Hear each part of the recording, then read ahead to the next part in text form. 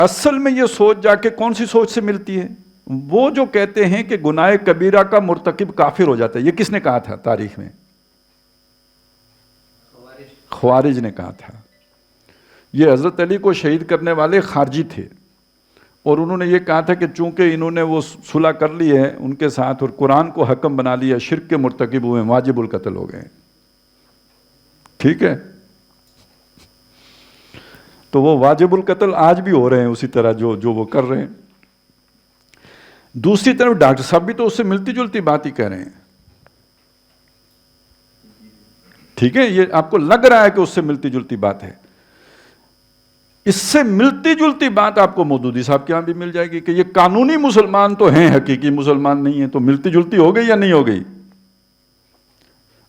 اور اب غامدی صاحب کا الزام دیکھیں، بلکہ غامدی صاحب کا بعد میں ذکر کروں گا. یہ ڈاکٹر اسرار احمد کو، یہ جو ہمارے طاہر القادری صاحب کا گروپ ہے، یہ پہلے سے ہی خارجی کہتا تھا. ان میں جو ایکسٹریمسٹ ہے نا، وہ کہتے ہیں یہ ڈاکٹر اسرار خارجی ہے.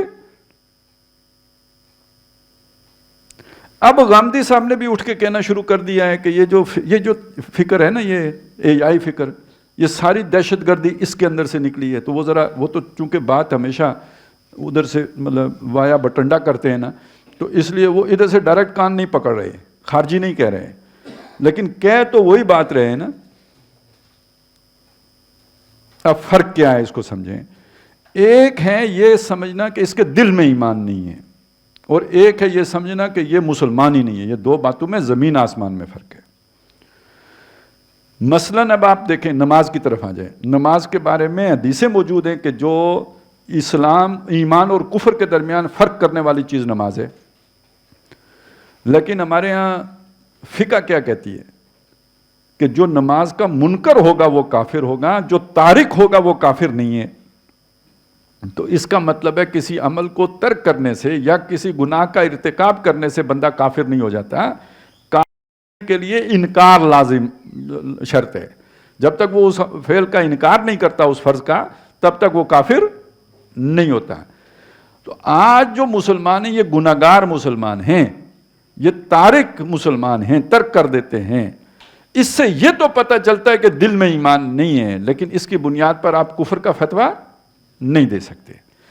اب جو بات ڈاکٹر صاحب نے کی ہے کہ یہ تو تجدید ایمان کی ضرورت ہے، میں نے آپ کو بتایا یہی بات مودودی صاحب نے بھی کی ہے. تو کیا یہی دونوں نے کی ہے یا کسی اور نے بھی کی ہے؟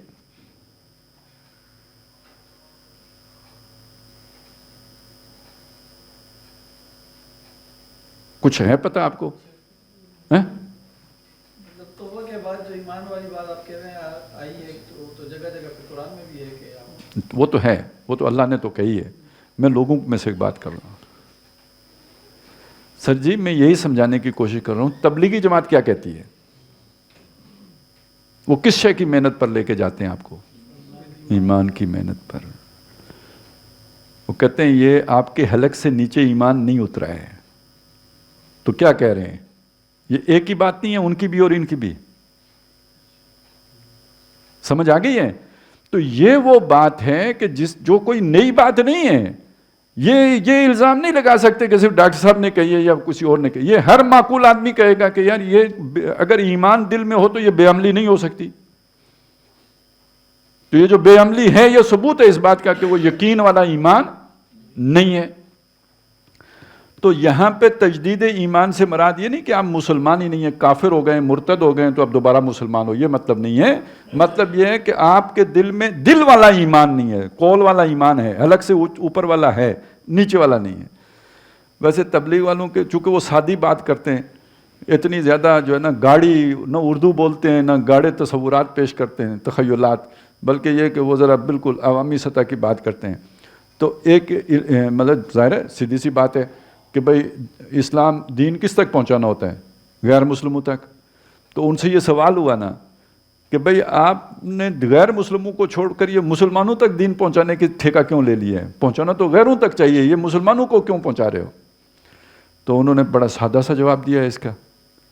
کہتے ہیں آپ کے سامنے ایک طرف کھوتا مر رہا ہو اور دوسری طرف جو ہے نا گائے مر رہی ہو، تو ذبح کسے کریں گے؟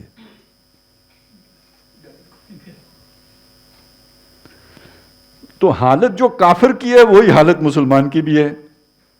تو اب ایمان کی دعوت پہلے کسے دیں گے؟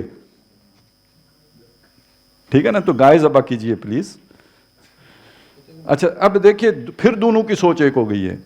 ڈاکٹر صاحب نے شروع میں کیا بات کہی تھی, پوری دنیا پر ایک ہی تہذیب ہے, تو تبلیغ والے کیا کہہ رہے ہیں, ایک ہی رنگ میں سب رنگے ہوئے نا, یہ نام کا مسلمان ہے وہ نام کا کافر ہے, تو ایمان کی دعوت کی ضرورت دونوں کو ہے, تو ہماری ترجیح اول کون ہے, گائے ہے. بیل بھی ہو سکتا ہے, کھوتا نہیں ہو سکتا. یہ بس سمجھ لیں. میں نے یہ صرف اس لیے بات کر دی کہ یہ نہ سمجھیے کہ یہ سوچ صرف ڈاکٹر صاحب کی ہے, یہ نہ سوچئے کہ یہ صرف ایک محدود ٹکڑی کی سوچ ہے. ہر مصلح جو اٹھا ہے وہ یہ سوچ لے کے اٹھا ہے کہ عمل کی خرابی ایمان کی جو ہے نا وہ خرابی کے بغیر ہو نہیں سکتی. عمل تبھی خراب ہوتا ہے جب ایمان کے ڈاکہ پڑتا ہے, وہ دل والے ایمان پہ ڈاکہ پڑ چکا ہوتا ہے.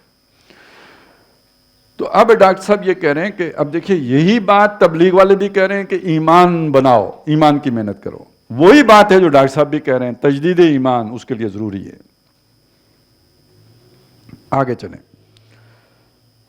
اسلام کی بنیاد ایمان پر ہے اور احیائے اسلام کا خواب, اسلام کی بنیاد ایمان پر ہے. ٹھیک ہے, بنیاد کے بغیر چھت کھڑی ہو سکتی ہے؟ ہاں, تو اسلام کی بنیاد ایمان پر ہے اور احیائے اسلام کا خواب یعنی اسلام کو زندہ کرنے کا خواب ایمان کی عمومی تجدید کے بغیر. عمومی تجدید کا کیا مطلب ہوگا؟ عوامی یعنی زیادہ ایک بڑی تعداد میں, معتدبر تعداد میں یعنی مسلمانوں کے اندر تجدید ایمان ہو جائے, اثر نو صحابہ کرام والے ایمان کی کوئی جھلک ان کے اندر پیدا ہو جائے. اس کے بغیر کبھی شرمندہ تعبیر نہ ہو سکے گا. یعنی شرمندہ تعبیر یعنی وہ تکمیل کو نہیں پہنچے گا, وہ عملی صورت میں ظاہر نہیں ہو سکے گا. مسلمان ممالک کی سیاسی آزادی اور خود اختیاری بھی یقیناً بہت اہم ہے. یہ جو آزادیاں مل گئی ہیں اس کی اہمیت ہے, اس کا انکار نہیں ہے, اور اس سے بھی ایک حد تک اسلام کی نشت ثانیہ کی راہ ہموار ہوئی ہے.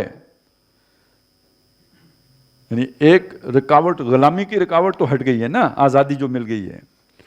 یہ وہ نشت جو ہے نا اس کا تنظیم اسلامی کی تاریخی پس منظر والا وہ جو 3 گوشے ڈاکٹر صاحب نے بیان کیے نا احیائی عمل کے, جن میں سے قومی تحریکوں کی کامیابی کا بھی ذکر, تو یعنی اس کا یہاں بھی حوالہ موجود ہے. اسی طرح اسلامی نظام زندگی کا تصور اور اس پر ایک بہتر نظام حیات ہونے کے اعتبار سے اعتماد بھی ایک حد تک مفید اور قابل قدر ہے. یہ جو سارا یہ کام ہوا نا, یہ اسلامی ریاست کیا ہے, اسلام کا سیاسی نظام کیا ہے, اسلام کا معاشی نظام کیا ہے, یہ بھی قابل قدر کام ہوا ہے, اس کی بھی ڈاکٹر صاحب نے نفی نہیں کی. اور جن تحریکوں کے ذریعے یہ پیدا ہوا یا ہو رہا ہے ان کی صحیح و جود بھی احیائے اسلام ہی کے سلسلے کی ایک کڑی ہے. لیکن اصل اور اہم تر کام ابھی باقی ہے, اور ضرورت اس امر کی ہے کہ عالم اسلام کے تمام سوچنے سمجھنے والے لوگ اس امر کی جانب متوجہ ہوں, اور جنہیں اس کی اہمیت کا احساس ہو جائے وہ اپنی تمام تر سعی و جہد کو اس پر مرکوز کر دیں کہ امت میں تجدید ایمان کی ایک عظیم تحریک برپا ہو, اور ایمان نرے اقرار اور محض قال سے آگے بڑھ کر حال کی صورت اختیار کر لے. اب دیکھیے یہ تو ایک آئیڈیل صورت ہے جو سامنے رکھی گئی ہے, قال سے آگے بڑھ کر حال کی صورت اختیار کر لیں. اور جب آپ آئیڈیل صورت پہ آئیں گے تو آپ کے سامنے مثال کس کی آئے گی؟ صحابہ اکرام کی. لیکن میں یہاں پہ یہ چاہتا ہوں کہ تھوڑی یہ بات آپ کے سامنے رکھ دوں. آئیڈیل اسے رکھیں گے, اس تک پہنچ کبھی نہیں سکیں گے. اگر آپ کے دل میں یہ خیال آ جائے کہ ویسا ایمان جیسے ان کا تھا تو یہ کبھی بھی ہو نہیں سکتا. ویسے تو وہ کہا جاتا ہے نا کہ کسی یعنی بعد والا کوئی ولی بھی ہے نا, تو وہ بھی اس کا ایمان بھی فضیلت اس کی وہ نہیں ہو سکتی جو کسی ادنا درجے کے صحابی کی ہے. وہ چیزیں دیگر است.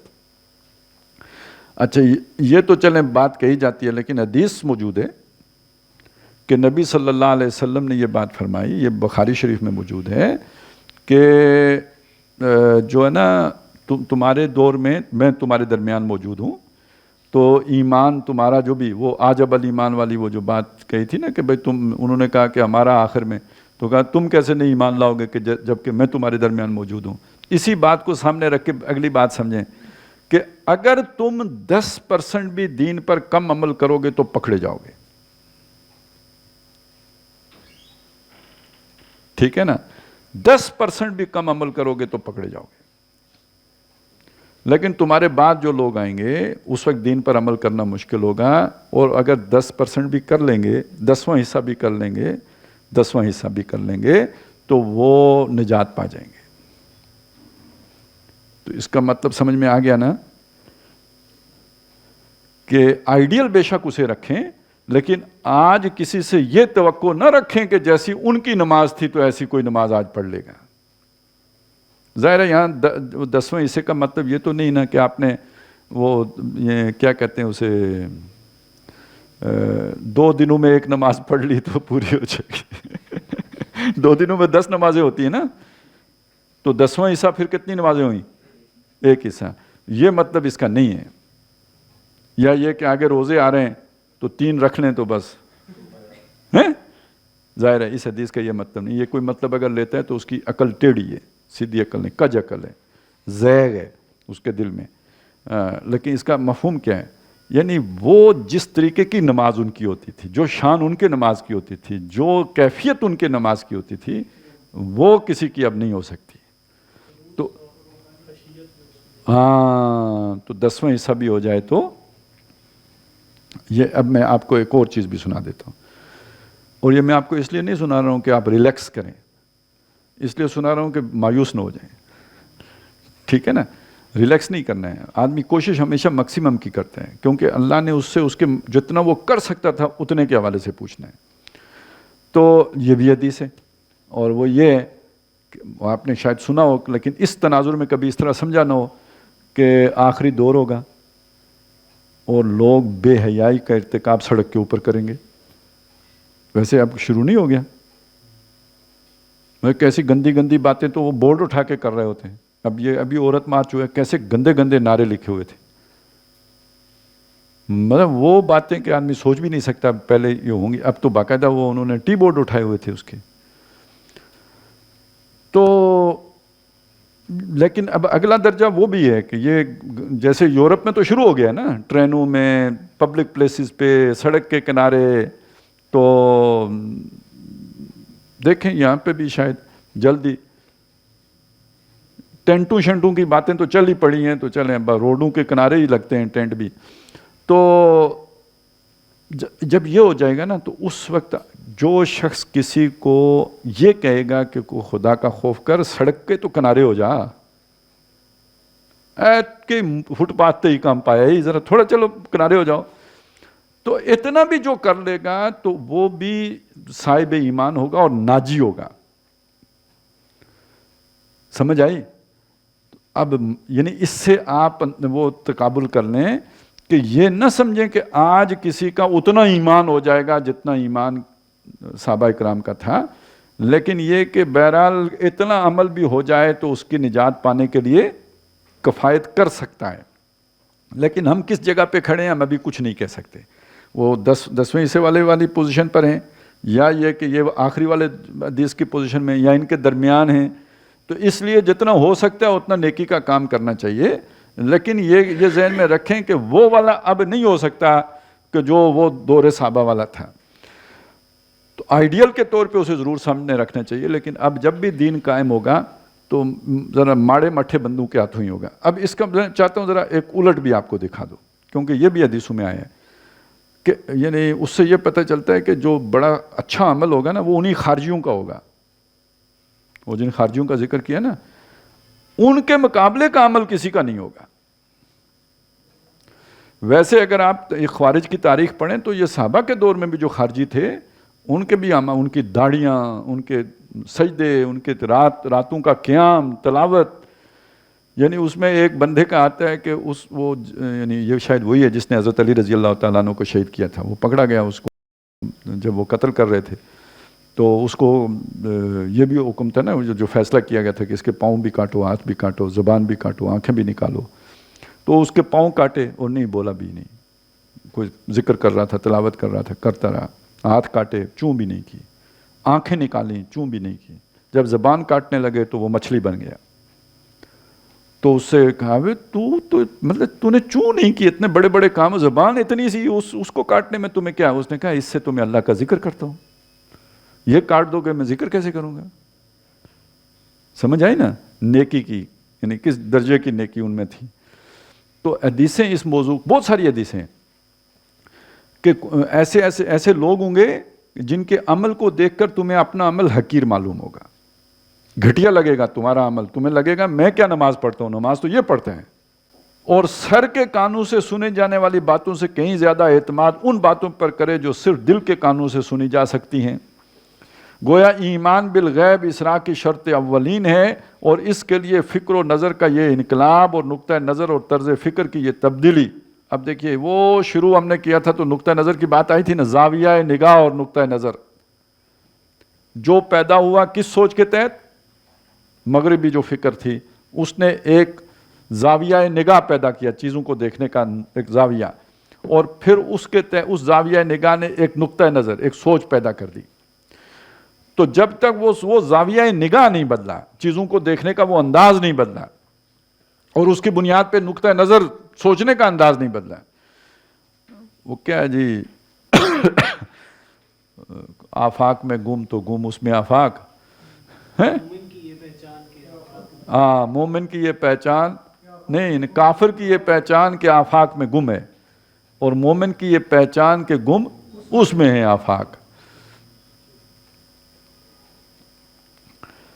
فکر کی یہ تبدیلی لازمی اور لابدی ہے کہ کائنات غیر حقیقی اور محض وہمی اور خیالی نظر آئے. اب یہ ذرا ایک منٹ، کوئی اگر کوئی تھوڑا سیانہ بندہ ہو تو وہ جو ڈاکٹر صاحب نے وحدت الوجود پر کام کیا ہے نا، جس کو لوگوں نے علمی مسئلہ قرار دے کے اس سے اعلان لا تعلقی فرما لیا ہے، تو یہ اگر ایمان جو ہے وہ اس کے بغیر دین قائم نہیں ہو سکتا، تو اس ایمان کا تقاضا کیا بیان کیا ہے کہ ان دیکھی چیزیں زیادہ یقینی معلوم ہوں دیکھی جانے والی چیزوں کے مقابلے میں، اور سنی جانے والی چیزوں کے مقابلے میں وہ ان سنی باتوں پر زیادہ یقین ہو، اور یہ کائنات وہمی اور خیالی محسوس ہوتی ہو. تو پھر یہی تو وحدت الوجود والوں کا فلسفہ ہے.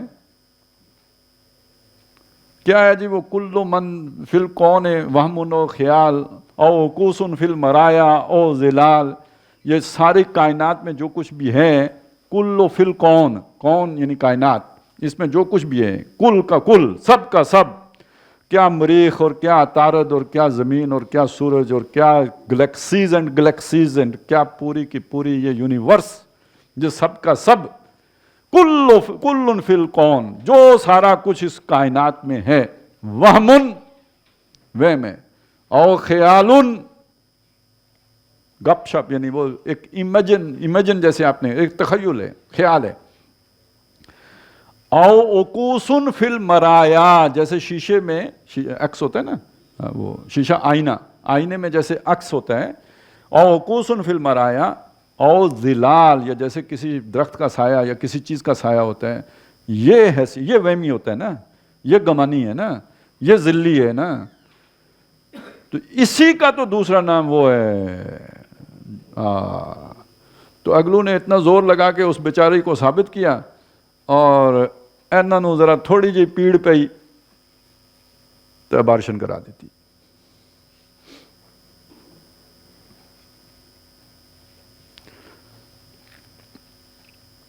کائنات غیر حقیقی اور محض، اچھا پھر اوپر سے کہتے کیا ہیں کہ یہ اصل بات تو نشأت ثانیہ میں آئی ہے، تو نشأت ثانیہ میں یہ اصل بات آئی ہے نا. تو کائنات غیر حقیقی اور محض وہمی و خیالی نظر آئے، لیکن ذات خداوندی ایک زندہ جاوید حقیقت معلوم ہو. کائنات کا پورا سلسلہ نہ از خود قائم معلوم ہو، نہ کچھ لگے بندے قوانین کے تابع چلتا نظر آئے، بلکہ ہر آن اور ہر سمت ارادہ خداوندی و مشیت ایزدی کی کارفرمائی محسوس و مشہود ہو.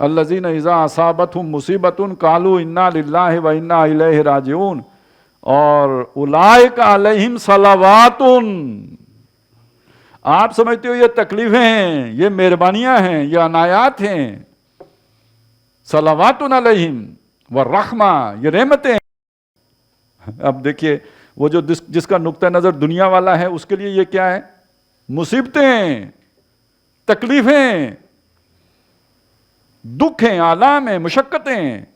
اور جس کا نقطہ نظر وہ دنیا جس کی نظر میں وقت کھو بیٹھی اور آخرت کا جو متمنی ہو گیا، اس کے لیے یہ عنایات ہیں، رحمتیں ہیں، مہربانیاں ہیں۔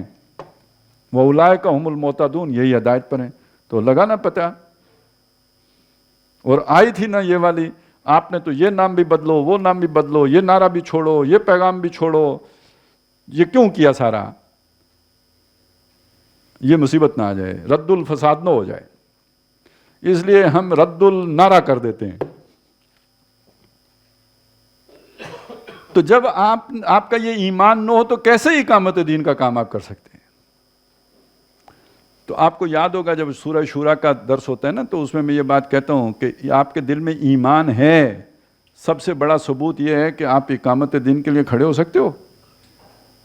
اقامت دین کا کام بغیر ایمان کے ہو ہی نہیں سکتا۔ یہ اتنا مشکل بات ہے، یہ تو ویسے ہی خام خواہ سارے دشمن بن جاتے ہیں۔ چلیں، تو حیات دنیاوی فانی اور ناپائیداری نہیں بلکہ غیر حقیقی اور بے وقت معلوم ہو، اور حیات اخروی ابدی اور سرمدی اور حقیقی اور واقعی نظر آنے لگے، اور اللہ تعالیٰ کی رضا اور خوشنودی کے مقابلے میں دنیا اور ما فیہا کی وقت حدیث نبوی صلی اللہ علیہ وسلم کے مطابق مچھر کے پر سے زیادہ محسوس نہ ہو۔ یہ بات اچھی طرح سمجھ لینے کی ہے کہ جب تک امت کے ایک قابل ذکر اور مؤثر حصے میں نقطہ نظر کی یہ تبدیلی واقعتاً پیدا نہ ہو جائے، احیاء اسلام کی آرزو ہرگز شرمندہ تکمیل نہ ہو سکے گی۔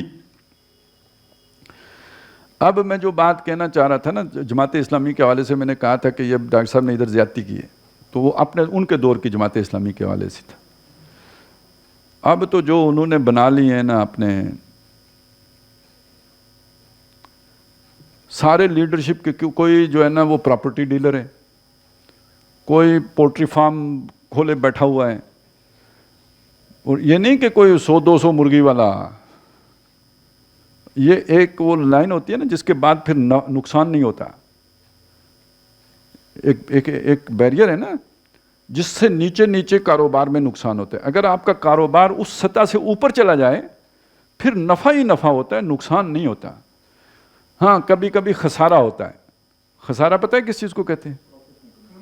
ہاں، وہ آپ نے سوچا تھا اس سال جو ہے نا 1 ارب روپیہ بچے گا، تو وہ آپ کو اگر 99 کروڑ روپیہ بچا ہے تو آپ کہیں گے اس سال مجھے 1 کروڑ روپیہ خسارہ ہوا ہے، تو ہم تو دعا کرنے کے لیے جائیں گے یا اللہ ان کو صبر دے ان کا 1 کروڑ روپیہ خسارہ ہو گیا ہے، تو لیکن وہ 99 کروڑ کما کے بیٹھے ہوئے ہیں، تو خام خواہ دعا دینے نہ چلے جانا، پوچھ لینا، مٹھائی لے کے جانی ہے کہ آپ کو 99 کروڑ روپیہ نفع ہوا ہے۔ سمجھ گئے نا؟ خسارہ اس چیز کو کہتے ہیں۔ تو وہ اس سے اوپر والا خسارہ نہیں ہوتا۔ تو ان کی تو پوری جو ہائرارکی ہے وہ اس سے اوپر جا چکی ہوئی ہے۔ کسی کی سکولوں کی چین ہے، بڑی تگڑی چین ہے، تو پاجی اب آپ تحریک چلا سکتے ہیں؟ وہ ایک کلرک FBR والا آ کے ٹیکسوں کا حساب مانگنے آ گیا نا، تڑی انقلاب جڑا نا، انقلاب واپس اتھے ہی چلا جائے گا جتھوں آیا سی۔ یہ تو آدمی حسین خواب دیکھتے ہیں نا، لیکن جب دنیا کے پھندے میں پھنس جاتے ہیں نا پھر قربان، یہ بہت بڑا مسئلہ ہے، پھر کیسے دے گا؟ پھر تو وہ ایک مطلب کوئی پولیس والا بھیجنے کی ضرورت نہیں ہے، کوئی یعنی وہ کوئی FIR کاٹنے کی ضرورت نہیں ہے، بندہ پھر صرف FBR کیا FBR ہی کہتے ہیں، ہاں وہی، پہلے پتنی CBR ہوتا تھا نا، اصل میں مجھے یہ یاد ہی نہیں رہتا، متشابہ لگ جاتا ہے، ہاں تو اب وہ FBR ہو گیا ہے، تو وہ کافی ہے۔ فائز عیسیٰ کے ساتھ کیا ہوا تھا؟ جو ہینگی پھینگی کرے FBR کے حوالے، بندہ سیدھا کرو۔ تو یہ سمجھ لیجئے، یہ بڑے بڑے کاروباری، بڑے جو ہے نا، جو جن کا شمار اس دائرے سے اوپر ہوتے ہیں، یہ کیسے انقلاب لا سکتے ہیں؟ اور جب پارٹیوں میں یہ مؤثر ہو جائیں، ان کا انفلوئنس ہو جائے، یہ پارٹیوں کو کیسے ادھر جانے دیں گے جہاں ان کو مصیبت آئے؟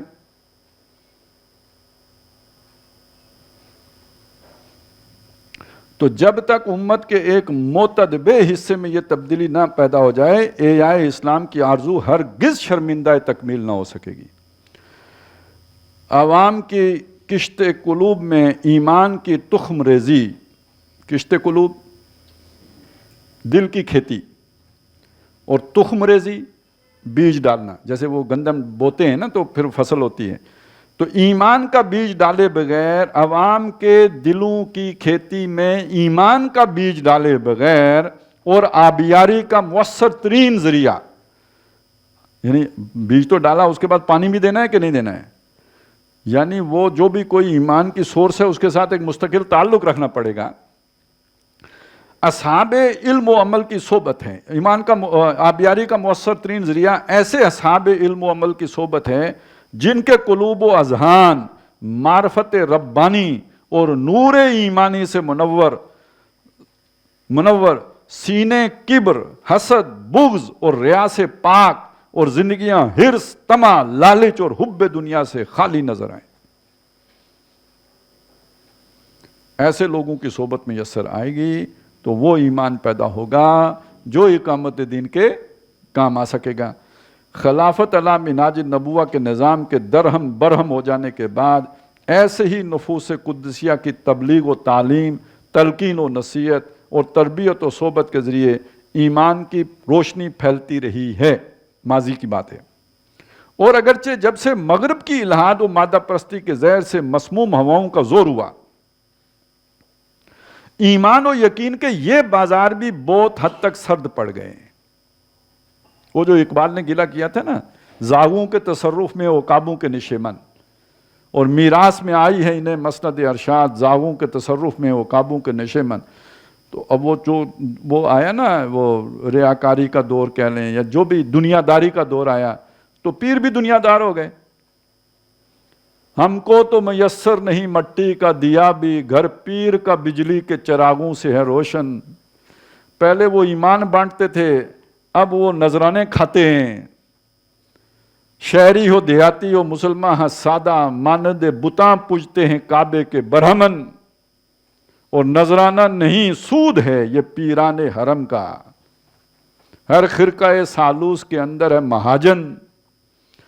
تو یعنی وہ بھی اسی نقطہ نظر کے ہو گئے نا، مادہ پرستانہ نقطہ نظر، دولت کماؤ، وہ پیری مریدی سے کماؤ، شف شف کر کے کماؤ، پھر ٹھگاؤ۔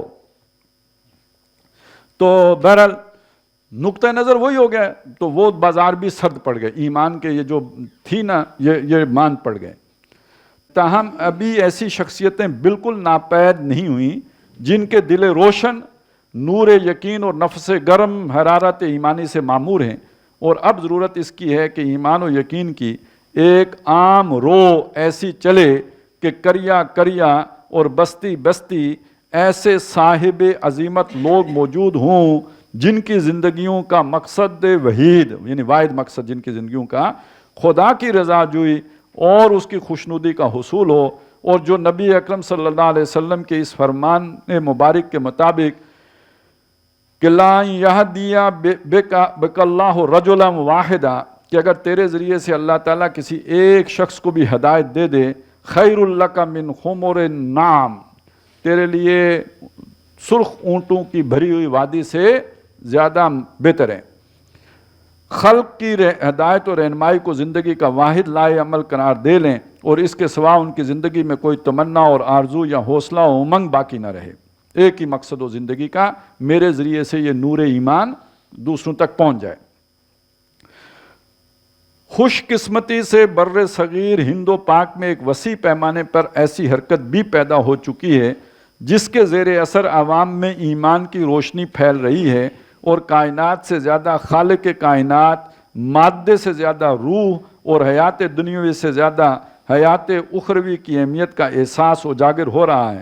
ہماری مراد جماعت تبلیغی سے ہے، جسے بجا طور پر تحریک دیوبند کی ایک شاخ قرار دیا جا سکتا ہے، اور جس کی تاسیس کچھ ایسے اصحاب ایمان و یقین کے ہاتھوں ہوئی ہے کہ آج ایک تہائی صدی سے زیادہ عرصہ گزر جانے کے باوجود، یعنی 33 سال ہو گئے تھے اس وقت، اس کے جوش و خروش میں کوئی کمی نہیں آئی، اور اس کے باوجود کہ اس کے طریقہ کار سے ہم کلیتاً اتفاق نہیں کرتے، ہمارا مشاہدہ ہے کہ اس کے زیر اثر لوگوں کے طرز فکر اور نقطہ نظر میں ایک ایسی عمومی تبدیلی واقعتاً پیدا ہو جاتی ہے جس کے نتیجے میں وہ یہ محسوس کرنے لگتے ہیں کہ اصل حیثیت کائنات کی نہیں، خالق کائنات کی ہے، اور اصل اہمیت اسباب کی نہیں، مسبب الاسباب کی ہے۔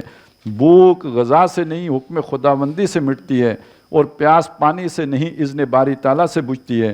دین کے چھوٹے سے چھوٹے احکام انہیں کسی منطقی استدلال کی بنا پر یا کسی نظام زندگی کے اجزاء یا اس کو قائم کرنے کے ذرائع کی حیثیت سے نہیں، بلکہ فی نفس ہی خیر نظر آنے لگتے ہیں، اور نبی اکرم صلی اللہ علیہ وسلم کی چھوٹی سے چھوٹی سنتیں بجائے خود نورانی معلوم ہونے لگتی ہیں، اور زندگی اور اس کے لوازمات کے باب میں کم از کم پر قناعت کر کے وہ اپنے اوقات کا معتدبہ حصہ ایک مخصوص طریقے پر تبلیغ و اشاعت دین کے لیے وقف کر دیتے ہیں۔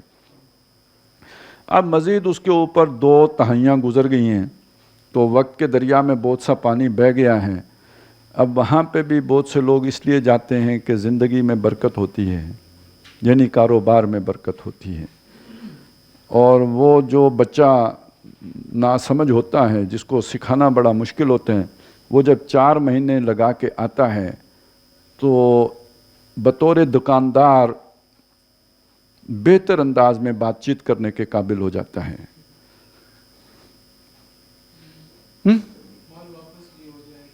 ہاں بالکل، وہ مطلب وہ ویسے ایک بات سنی تھی نا، ایک کسی زمانے میں ہم نے بھی دکان کی ہے نا، تو چھوٹے چھوٹے جو ہے نا وہ فارمولے ہمیں بھی سکھائے گئے تھے۔ مثلا میں آپ کو بتاؤں کہ دکاندار کا ایک اصول یہ ہے کہ بھئی گدی پہ بیٹھنا ہے، اٹھنا نہیں ہے۔ کیوں؟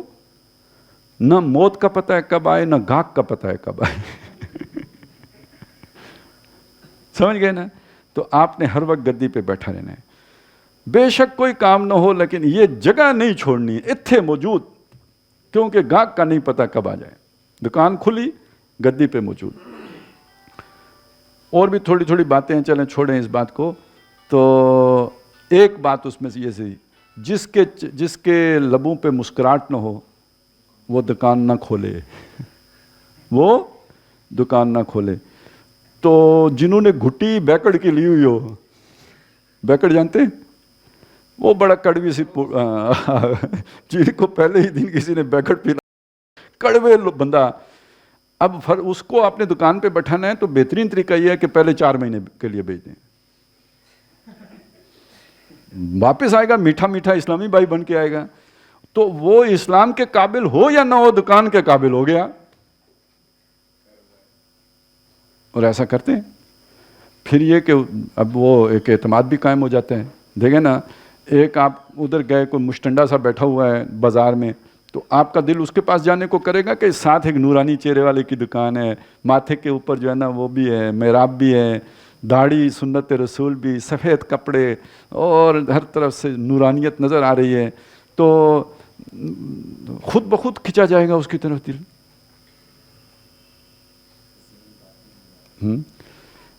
باقی وہ جو پکڑا دیں، مجھے کپڑوں کا بالکل نہیں پتہ لگتا کہ کپڑے کیسے ہوتے ہیں، کون سے ٹھیک ہوتے ہیں، کون سے غلط ہوتے ہیں، بہت پرانی بات ہے۔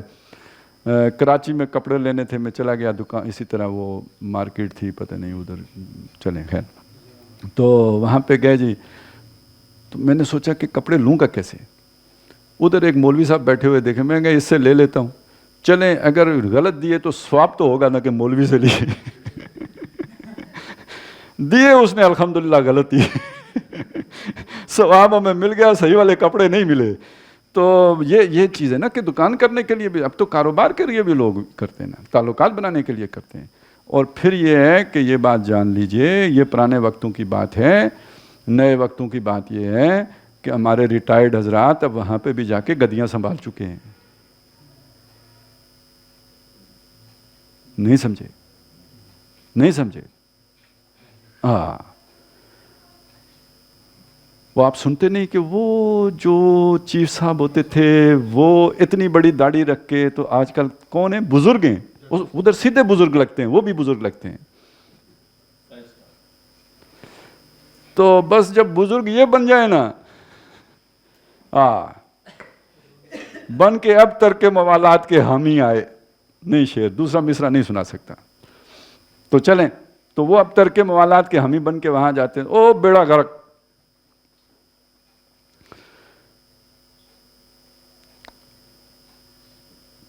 لیکن چونکہ اس تحریک میں اصل تخاطب عقل سے نہیں جذبات سے ہے. کیا مطلب؟ یعنی استدلال کر کے ایمان کی دعوت پیش نہیں کی جاتی.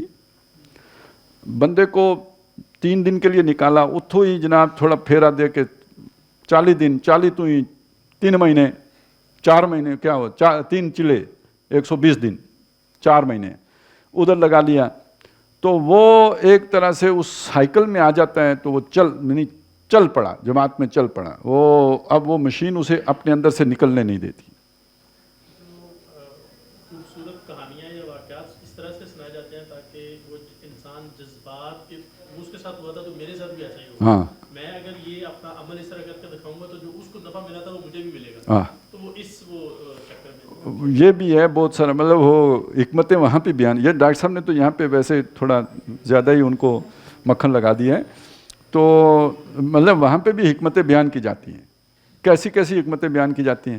مثلا وہ پتہ نہیں، وہ پیشاب جو رفع حاجت کرنے کا ایک طریقہ ہے نا، یہ ہے نا کہ سر پہ ہاتھ رکھا ہوا ہو، جب آپ بیٹھیں تو سر پہ ہاتھ رکھیں اور دوسرا ہاتھ جو ہے نا آپ کا گھٹنے پہ ہو، یہ بائیں طرف اس طرف ہو. تو اب یہ انہوں نے اس کی حکمتیں بیان، اس کے فائدے بیان کرنے تھے کہ یوں ہی کرنے سے کیا کیا فائدہ ہوتا ہے. تو اب وہ ایک کہانی سنائی بندے نے، کہتے ہیں ایک آدمی دشمنداری تھی اس کی، تو وہ تبلیغ کے ساتھ نکلا، تو وہ اس طرح بیٹھا ہوا تھا، تو اس کا دشمن کہیں سے آ گیا، تو وہ گھوڑے پہ تھا، اس نے دور سے رسا ڈالا اس کے گردن میں. ٹھیک ہے، تو یہ چونکہ یوں کر کے بیٹھا ہوا تھا تو وہ رسا اس کی گردن میں نہیں آیا بچ گیا.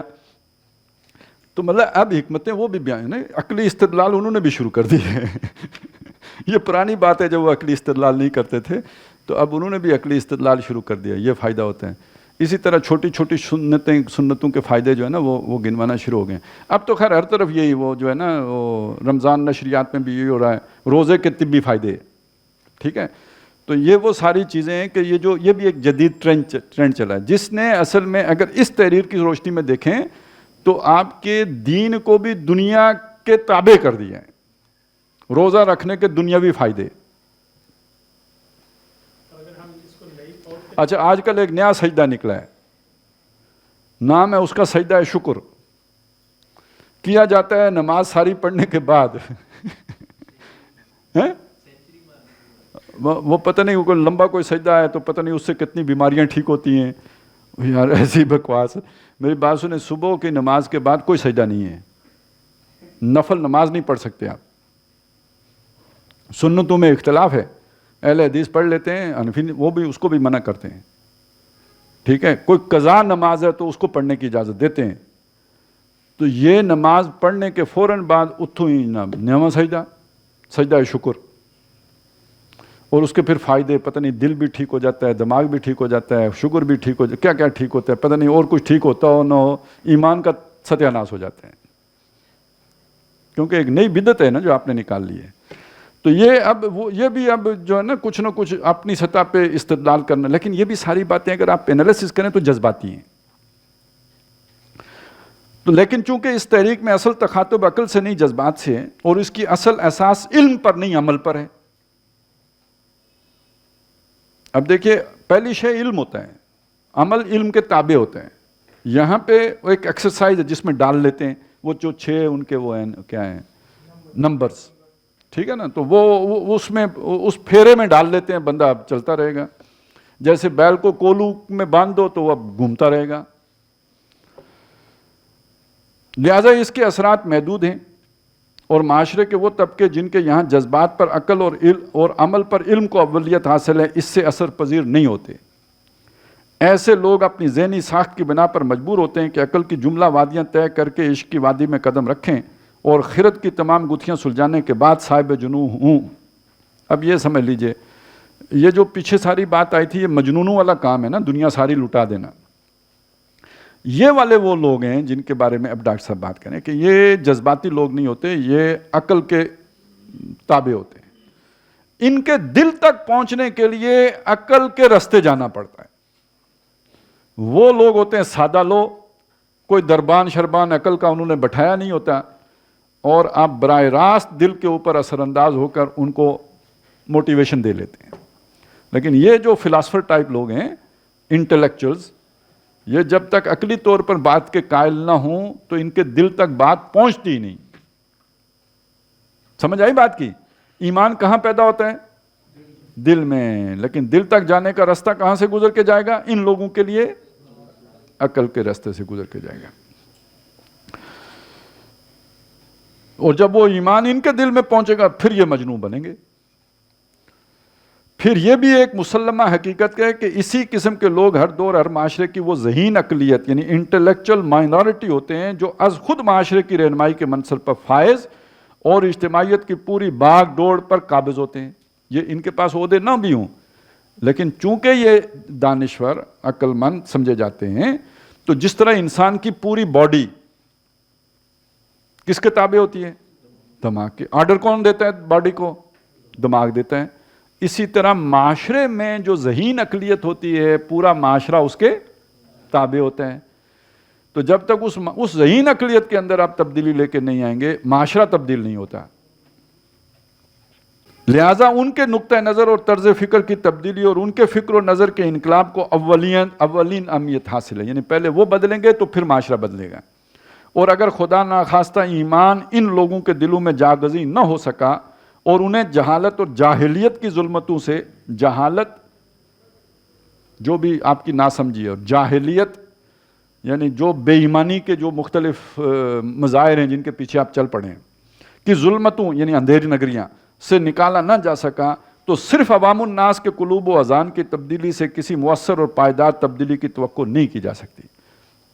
آپ ایک غلط نظام کو ایماندار کارندے دے دیں گے, غلط نظام کو ایماندار کارندے دے دیں گے.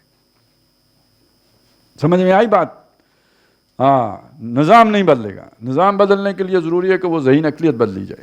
جب تک وہ تبدیل کیے بغیر اگر عوام میں ایمان پیدا ہوگا تو نظام تبدیل نہیں کریں گے بلکہ غلط نظام کے اچھے کارندے ثابت ہوں گے.